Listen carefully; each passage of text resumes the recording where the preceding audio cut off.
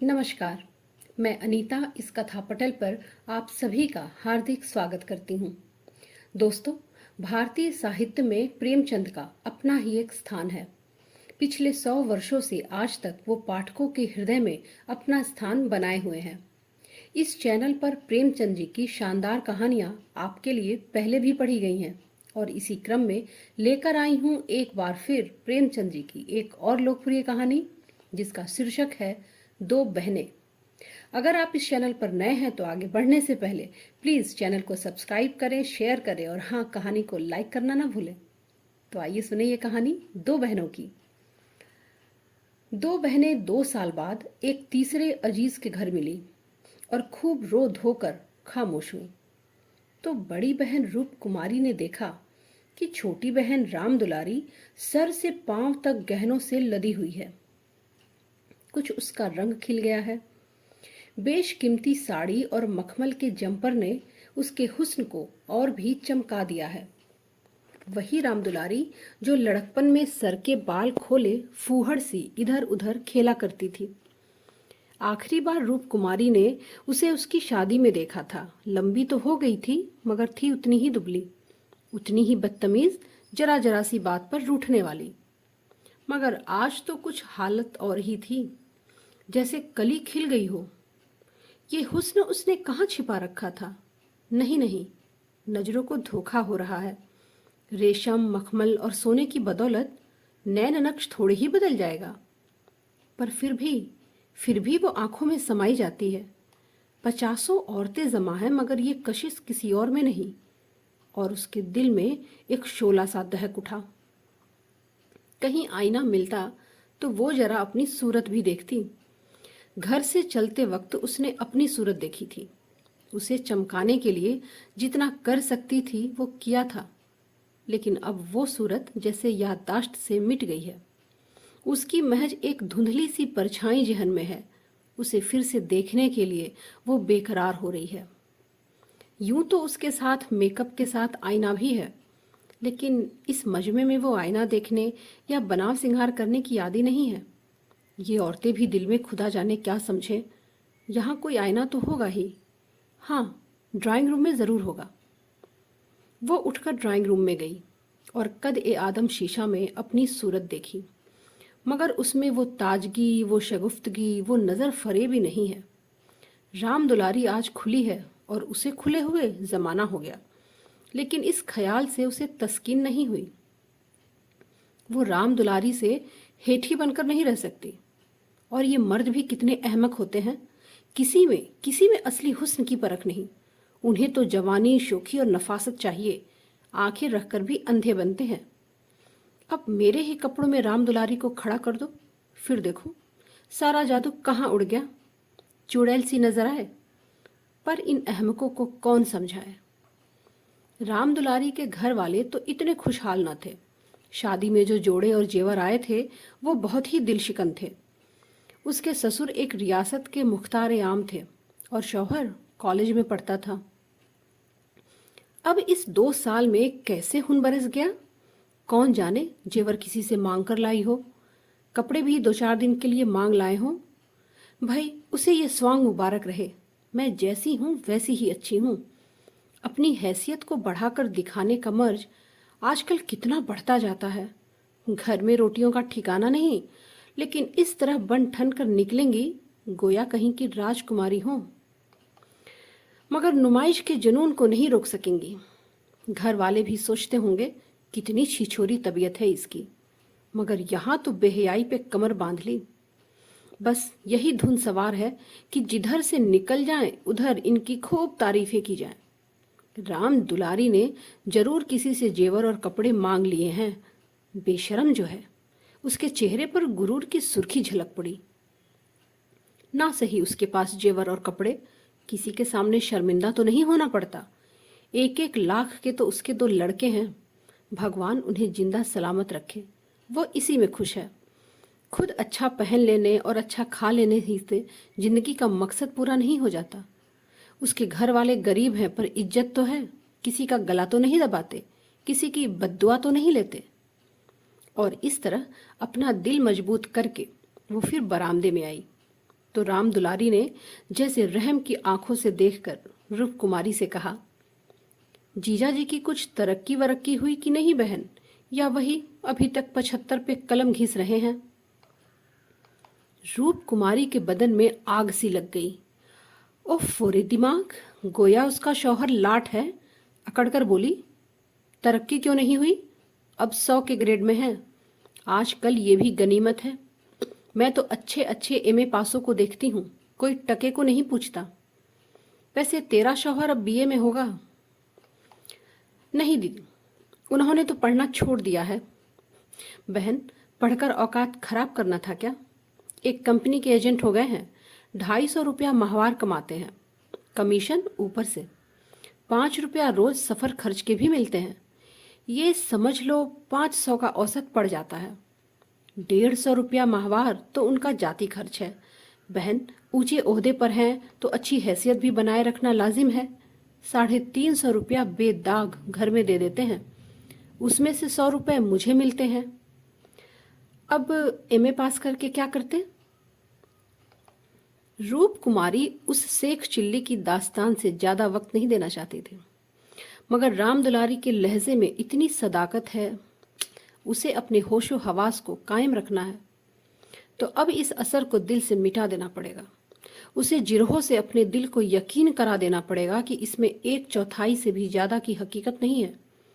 यहां तक वो बर्दाश्त करेगी, इससे ज्यादा कैसे बर्दाश्त कर सकती है? पर इसके साथ ही उसके दिल में धड़कन भी है। अगर ये सच निकली तो वो कैसे राम दुलारी को मुंह दिखा सकेगी? उसे अंदेशा कि कहीं उसकी आंखों से अब आंसू न निकल पड़े। कहाँ 75 और कहाँ 500? इतनी रकम जमीर का खून करके भी क्यों न मिले? जमीर की कीमत ज्यादा से ज्यादा 100 रुपए हो सकती है, 500 रुपए किसी हालत में नहीं। उसने पूछा, जब एजेंटी में इतनी तनख्वाह और भत्ते मिलते हैं तो कॉलेज बंद क्यों नहीं हो जाते? हजारों लड़के क्यों अपनी जिंदगी खराब करते हैं? राम दुलारी मजा उठाती हुई बोली, बहन, तुम यहां गलती कर रही हो। एमए तो सभी पास हो सकते हैं, मगर एजेंटी करनी किसको आती है? कोई जिंदगी भर पढ़ता रहे, कलम घिसता रहे, मगर जरूरी नहीं कि वो अच्छा एजेंट हो जाए। रुपया पैदा करना दूसरी चीज है, इल्मी फजीलत हासिल करना दूसरी चीज। अपने माल की खूबी का यकीन पैदा कर देना कि इससे बेहतरीन चीज बाजार में मिल ही नहीं सकती, कोई आसान काम नहीं है। एक से एक ग्राहकों से उनका साबिका पड़ता है। बड़े बड़े राजाओं और रईसों की तारीफ करनी पड़ती है। औरों की तो उन राजाओं नवाबों के सामने जाने की हिम्मत भी ना पड़े, और किसी तरह पहुंच जाए तो जबान ना निकले। शुरू शुरू में तो उन्हें भी झिझक हुई थी, मगर अब तो वे इस दरिया के मगर हैं। अगले साल तरक्की होने वाली है। रूप कुमारी की रगों में जैसे खून की हरकत बंद हुई जा रही है। जालिम आसमान क्यों नहीं गिर पड़ता, बेरहम जमीन क्यों नहीं फट जाती?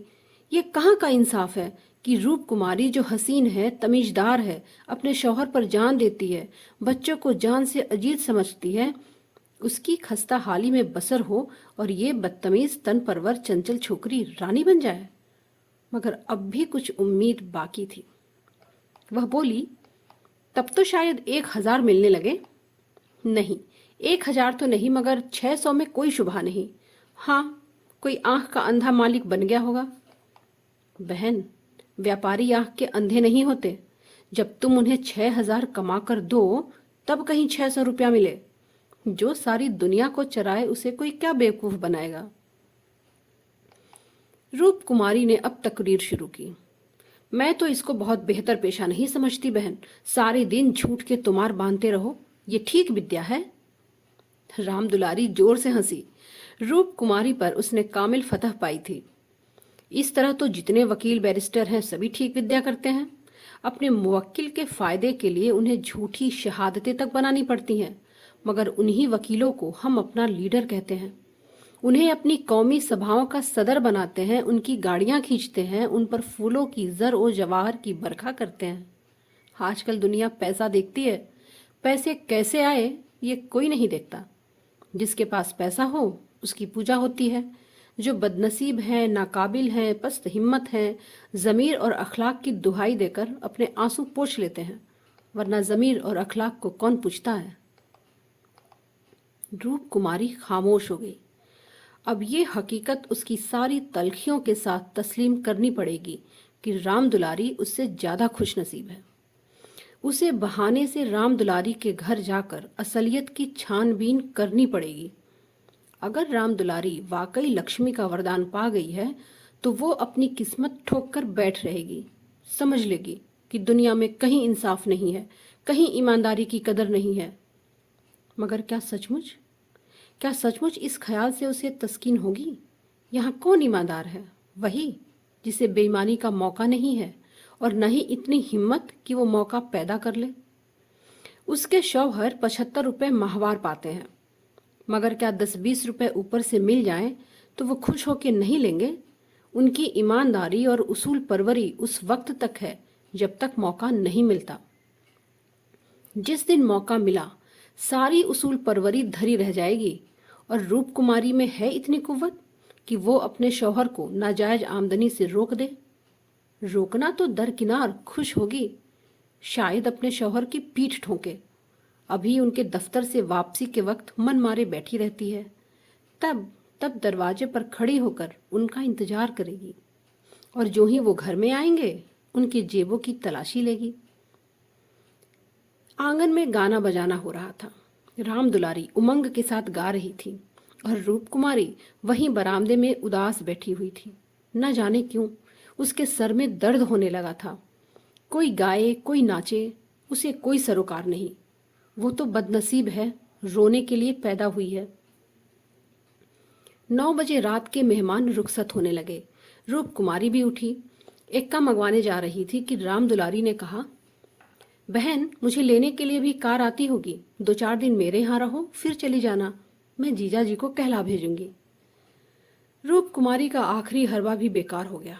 राम दुलारी के घर जाकर दरियाफ्त हाल की ख्वाहिश यकाएक फना हो गई। वो अब अपने घर जाएगी और मुंह ढाँप कर पड़ रहेगी। इन फटेहालों क्यों किसी के घर जाए। बोली, मुझे तो फुर्सत नहीं है, फिर कभी आऊंगी। क्यों बहन, क्या रात भर भी ना ठहरोगी? नहीं, मेरे सर में जोर का दर्द हो रहा है। अच्छा बताओ कब आओगी, मैं सवारी भेज दूंगी, मैं खुद कहला भेजूंगी। नहीं, तुम्हें याद न रहेगा, साल भर हो गया, भूल कर भी ना याद किया। मैं तो इसी इंतजार में थी कि दीदी बुलाएं तो चलूं। एक ही शहर में रहते हैं, फिर भी इतनी दूर कि साल भर गुजर जाए और मुलाकात ना हो। घर की फिक्रों से फुर्सत ही नहीं मिलती बहन। कई बार इरादा किया कि तुझे बुला भेजूं, मगर मौका ही ना मिला। इतने में राम दुलारी के शौहर मिस्टर गुरु सेवक ने आकर बड़ी साली को सलाम किया। बिल्कुल अंग्रेजी वजह थी। कलाई पर सोने की घड़ी, आंखों पर सुनहरी ऐनक, बिल्कुल अप टू डेट। चेहरे से जहानत और शराफत बरस रही थी। दुआ देकर बोली, आज यहाँ ना आती तो तुम लोगों से मुलाकात नहीं होती। गुरु सेवक हंसकर बोला, बजा फरमाती हैं, उल्टी शिकायत कभी आपने बुलाया और मैं न गया। मैं नहीं जानती थी कि तुम अपने को मेहमान समझे हो, वह भी तो तुम्हारा ही घर है। अब मान गया भाभी साहब, बेशक मेरी गलती है, मगर आज हमारे घर रहिए। नहीं नहीं, आज बिल्कुल फुर्सत नहीं है, फिर आऊंगी, लड़के घर पर घबरा रहे होंगे। राम दुलारी बोली, मैं कितना कहकर हार गई, दीदी मानती ही नहीं। दोनों बहनें कार की पिछली सीट पर बैठ गईं। गुरु सेवक ड्राइव करता हुआ चला। जरा देर में उसका मकान आ गया। राम दुलारी ने फिर रूप कुमारी से चलने के लिए इसरार किया, मगर वो ना मानी। लड़के घबरा रहे होंगे। आखिर राम दुलारी उसे गले मिलकर अंदर चली गई। गुरु सेवक ने कार बढ़ाई। रूप कुमारी ने उड़ती हुई निगाह से राम दुलारी का मकान देखा और ठोस हकीकत सलाख की तरह उसके जिगर में चुभ गई। कुछ दूर चलकर गुरु सेवक बोला, भाभी, मैंने अपने लिए कैसा अच्छा रास्ता निकाल लिया। 2-4 साल काम चल गया ना, आदमी बन जाऊंगा। रूप कुमारी ने कहा, भगवान करे जहाँ रहो खुश रहो, पर जरा हाथ पैर संभाल कर रहना। मैं तो मालिक की आंख बचाकर एक पैसा लेना भी गुनाह समझता हूँ। दौलत का मज़ा तो जब है कि ईमान सलामत रहे। ईमान खो के पैसे मिले तो क्या, मैं ऐसी दौलत पर लानत भेजता हूँ। और आंखें किसकी बचाऊं? सब स्याह सफेद तो मेरे ही हाथ में है। मालिक तो कोई है नहीं, उसकी बेवा है। उसने सब कुछ मेरे हाथ में छोड़ रखा है। मैंने जो कारोबार संभाल न लिया होता तो सब कुछ चौपट हो जाता। मेरे सामने तो मालिक सिर्फ 3 महीने जिंदा रहे, 100 रुपए पर रखा और एक ही महीने में 250 कर दिया। आप लोगों की दुआ से तो मैंने पहले ही महीने में 12,000 का काम किया। अच्छा, काम क्या करना पड़ता है? वही मशीनों की एजेंसी, तरह तरह की मशीनें मंगाना और बेचना। रूप कुमारी का मनहूस घर आ गया। दरवाजे पर एक लालटेन टिमटिमा रही थी। उसके शौहर बाबू उमानाथ दरवाजे पर टहल रहे थे। रूप कुमारी उतरी, मगर उसने गुरु सेवक से आने के लिए इसरार न किया। बेदिली से कहा जरूर, मगर जोर न दिया। रूप कुमारी को वो घर अब कब्रिस्तान सा लग रहा था, जैसे फूटा हुआ नसीब हो। न कहीं फर्श, न फर्नीचर, न गमले, 2-4 टूटी कुर्सियां, एक लंगड़ी मेज, 4-5 पुरानी धुरानी खाटें। यही उसके घर की बिसात थी। आज सुबह तक रूप कुमारी इस घर में खुश थी, लेकिन अब उसे इस घर से दिलचस्पी ही ना रही। लड़के अम्मा अम्मा करके दौड़े, मगर उसने दोनों को झिड़क दिया। सर में दर्द है, वो किसी से न बोलेगी। अभी तक खाना नहीं पकाया। पकाता कौन? लड़कों ने तो दूध पी लिया है, मगर उमानाथ ने कुछ नहीं खाया। इसी इंतजार में थे कि रूप कुमारी आए, मगर रूप कुमारी के सर में दर्द है। रूप कुमारी ने कहा, तुम अब तक मेरा इंतजार क्यों करते रहे? मैंने खाना पकाने का ठेका तो नहीं लिया है जो रात भर वहीं रह जाती। आखिर एक महाराजिन क्यों नहीं रख लेते, या जिंदगी भर मुझी को पीसते रहोगे? उमानाथ ने उसकी तरफ मजलूम और सवाल हैरत की निगाह डाली। उन्होंने तो कई बार उसे महाराजन रख लेने की ख्वाहिश जाहिर की थी, मगर उसने हमेशा यही कहा कि मैं बैठे बैठे क्या करूंगी, 4-5 रुपए का खर्च बढ़ाने से क्या फायदा? ये रकम बची रहेगी तो बच्चों के लिए मक्खन आ जाएगा। और आज वो इतनी बेदर्दी से शिकायत कर रही है। अपनी सफाई पेश करते हुए बोले, महाराजन रखने के लिए मैंने तुमसे कई बार कहा, तो लाकर क्यों ना दिया? मैं उसे निकाल देती तब कहते। उमानाथ ने कहा, हाँ, ये गलती तो हुई। तुमने कभी सच्चे दिल से कहा? महज महाराजन लेने के लिए कहा। तुम्हारे दिल में कभी मेरे आराम का ख्याल आया ही नहीं। तुम तो खुश थे, अच्छी लौंडी मिल गई है, एक रोटी खाती है, चुपचाप पड़ी रहती है। इतनी सस्ती लौंडी और कहाँ मिलेगी, महज खाने और कपड़े पर? वो भी तब जब घर भर की जरूरतों से बचे। 75 रुपलियां लाकर मेरे हाथ में रख देते हो, और सारी दुनिया का खर्च। मेरा दिल जानता है मुझे कितनी कतर ब्योंत करनी पड़ती है, क्या पहनूं क्या ओढ़ूं। तुम्हारे साथ जिंदगी खराब हो गई। वो मर्द होते हैं जो बीवियों के लिए आसमान के तारे तोड़कर लाते हैं। गुरु सेवक को ही देखो, तुमसे कम पढ़ा है, उम्र में तुमसे कहीं छोटा है, मगर 500 रुपया महीना लाता है, और राम दुलारी रानी बनी बैठी है। तुम्हारे लिए 75 ही बहुत हैं। औरों के दिल में कैसे कैसे अरमान होते हैं, मगर मैं तो तुम्हारे लिए घर की मुर्गी बासी साग हूं। तुम्हें कोई तकलीफ होती ही नहीं। तुम्हें तो कपड़े भी अच्छे चाहिए, खाना भी अच्छा चाहिए। क्यों? क्योंकि तुम मर्द हो, बाहर से कमा कर लाते हो। मैं चाहे जैसे रहूं तुम्हारी बला से। ये सिलसिला कई मिनट तक जारी रहा और बेचारे उमानाथ खामोश सुनते रहे। अपनी जान में उन्होंने रूप कुमारी को शिकायत का कभी कोई मौका नहीं दिया। उनकी तनख्वाह कम है जरूर, मगर ये उनके बस की बात तो है ही नहीं। वो दिल लगाकर अपना काम करते हैं, अफसरों को खुश रखने की हमेशा कोशिश करते हैं। इस साल भी बड़े बाबू के छोटे साहबजादे को 6 महीने तक पढ़ाया, इसीलिए तो वो खुश हैं। अब और क्या करें?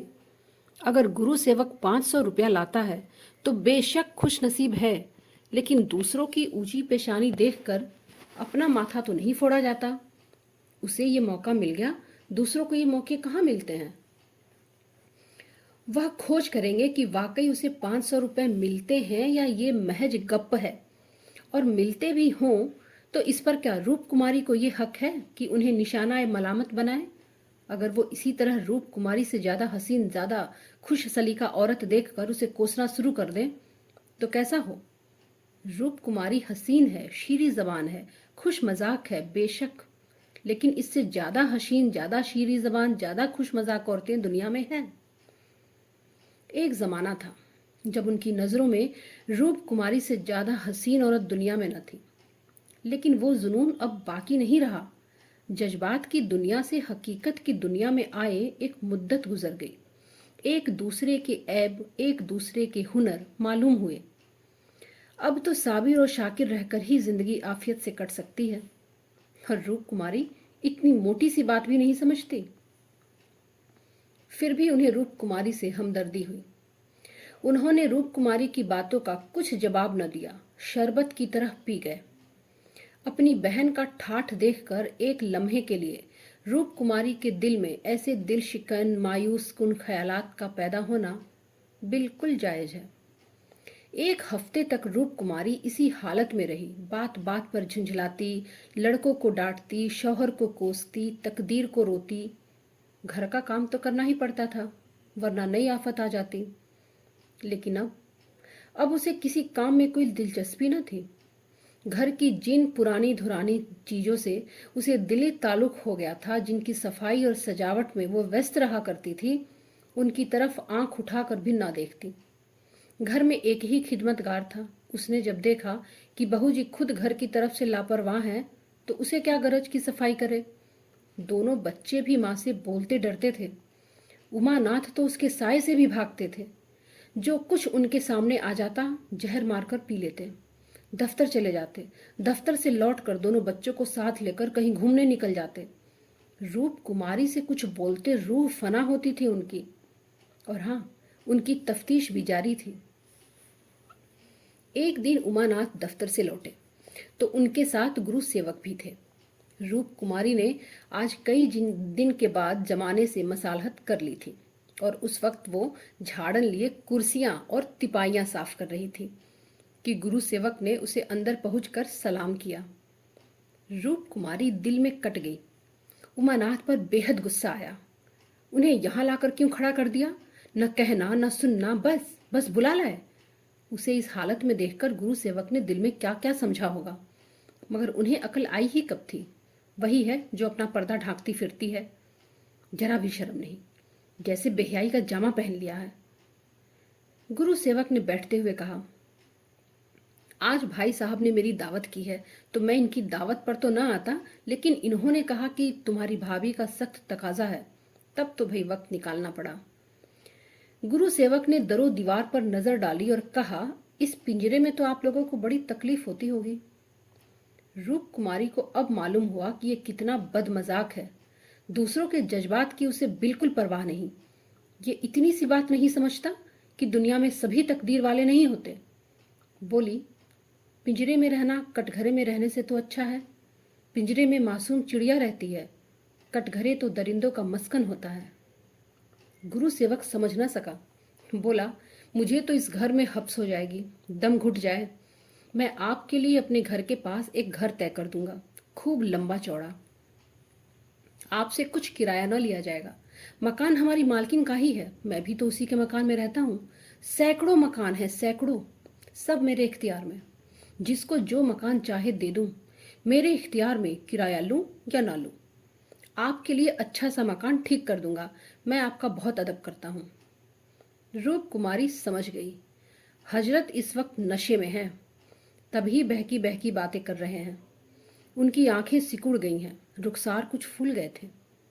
एक जवान खूबसूरत शरीफ चेहरा बेगैरत बन गया था, जिसे कुछ देखकर नफरत ही होती थी। उसने एक लम्हे बाद फिर बहकना शुरू किया। आप मेरी बड़ी भाभी हैं, मैं आपका बहुत अदब करता हूँ। आपके लिए मेरी जान हाजिर। आपके लिए मकान का इंतजाम करना मेरे लिए कुछ मुश्किल नहीं है। मैं मिसेज लोहिया का मुख्तार हूँ, सब कुछ मेरे इख्तियार में है। सब कुछ, जो कुछ कहता हूँ आंख बंद करके मंजूर कर लेती है। मुझे अपना बेटा समझती है। मैं उनकी सारी जायदाद का मालिक हूँ। मिस्टर लोहिया ने मुझे 20 रुपए का नौकर रखा था। बड़ा मालदार आदमी था, मगर ये किसी को मालूम न था कि उसकी दौलत आती कहाँ से है। किसी को मालूम नहीं, मेरे सिवा कोई जानता ही नहीं। वो खुफिया फरोश है, किसी से कहना नहीं। वो खुफिया फरोश था, कोकीन बेचता था, लाखों की आमदनी थी उसकी। अब वही काम मैं करता हूँ। हाँ, हर शहर में हमारे एजेंट हैं। मजाल नहीं कि कोई मुझे गिरफ्तार कर ले। बड़े बड़े अफसरों से मेरा याराना है। उनके मुंह में नोटों के पुलिंदे ठूंस ठूंस कर उनकी आवाज बंद कर देता हूँ। कोई चू नहीं कर सकता। हिसाब में लिखता हूँ 1,000, देता हूँ 500, बाकी यारों का। बुढ़िया को तो राम नाम से मतलब है, साधु संतों की सेवा में लगी रहती है। बंदा चैन करता है, जितना चाहूं खर्च करूं। कोई हाथ पकड़ने वाला नहीं, कोई बोलने वाला नहीं। जेब से एक नोटों का बंडल निकालकर उसने कहा, ये आपके कदमों का सदका है, मुझे दुआ दीजिए। जो ईमान और उसूल के उपासक हैं उन्हें दौलत लात मारती है। दौलत तो उन्हें पकड़ती है जो उसके लिए अपना दीन ईमान सब कुछ निसार करने को तैयार हैं। मुझे बुरा ना कहिए, जितने दौलतमंद हैं सब लुटेरे हैं। मैं भी उनमें से एक हूं। कल मेरे पास रुपए हो जाएं और एक धर्मशाला बनवा दूं, फिर देखिए मेरी कितनी वाह वाह होती है। कौन पूछता है मुझे ये दौलत कहाँ से मिली। एक वकील घंटा भर बहस करके 1,000 सीधा कर लेता है। एक डॉक्टर जरा सा नश्तर लगाकर 500 रुपया मार लेता है। मगर उनकी आमदनी जायज है तो मेरी आमदनी भी जायज है। जी हाँ, जरूरतमंदों को लूट कर मालदार हो जाना हमारी सोसाइटी का पुराना दस्तूर है। मैं भी वही करता हूँ जो दूसरे करते हैं। जिंदगी का मकसद ही है ऐश करना। मैं भी लूटूंगा, ऐश करूंगा और खैरात भी करूंगा, और एक दिन लीडर बन जाऊंगा। कहिए तो गिनवा दूं, यहाँ कितने लोग जुआ खेलकर करोड़पति हो गए, कितने औरतों का बाजार लगाकर करोड़पति हो गए। उमानाथ ने कहा, मिस्टर गुरुसेवक क्या कर रहे हो, चलो चाय पी लो, ठंडी हो रही है। गुरुसेवक उठा, पैर लड़खड़ाए और जमीन पर गिर पड़ा। फिर संभल कर उठा और झूमता झामता ठोकरे खाता बाहर की ओर चला गया। रूप कुमारी ने आजादी की सांस ली। यहाँ बैठे बैठे उसका दम घुट रहा था।